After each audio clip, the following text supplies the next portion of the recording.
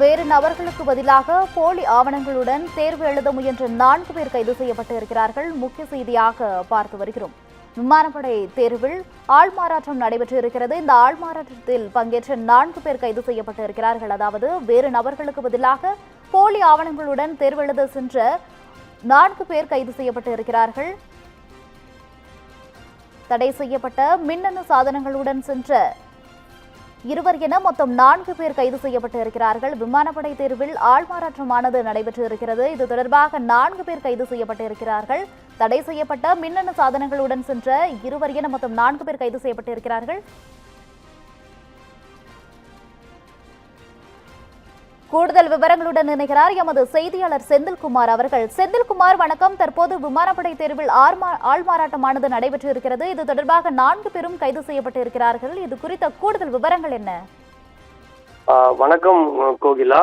ஆவடி விமானப்படை தேர்வில் ஆள்மாறாட்டம் மற்றும் போலி ஆவணங்களை பயன்படுத்தியதாக 4 பேரை முத்தாதுப்பட்டை போலீசார் கைது செய்து விசாரணை மேற்கொண்டு வருகிறார்கள். சென்னை ஆவடி விமான நிலையத்தில் நடைபெற்ற மத்திய அரசு பணியாளர் தேர்வில் ஆள்மாறாட்டம் செய்ய முயன்ற ஹரியானா மாநிலத்தைச் சேர்ந்த 4 பேர், அதாவது 2 குறிப்பாக கௌரவுக்கு பதிலாக அமரன் உள்ளிட்ட ஆள்மாறாட்டம் செய்து கண்டுபிடிக்கப்பட்டது. இவர்களது விசாரணை மேற்கொண்டதில் இவர்களுடைய நண்பர்கள் 2, அதாவது மொத்தம் 4 பேரை, அதாவது குறிப்பாக இந்த ப்ளூடூத் உள்ளிட்ட சாதனங்கள் மூலம் தேர்வில் முறைகேடு செய்ய முயற்சித்ததாக சந்தேய் ராக் என்ற விமானப்படை அதிகாரி கொடுத்த புகாரின் அடிப்படையில அவர்கள் 4 பேரையும் தற்பொழுது முத்தாதுப்பட்டை போலீசார் கைது செய்து சிறையில் அடைக்கும் பணியில் ஈடுபட்டு வருகிறார்கள். இந்த தேர்வில், இந்த ஆவடி விமானப்படை தேர்வில் இது போன்று ஒரு அதிர்ச்சியான சம்பவம் அரங்கேறியிருக்கிறது.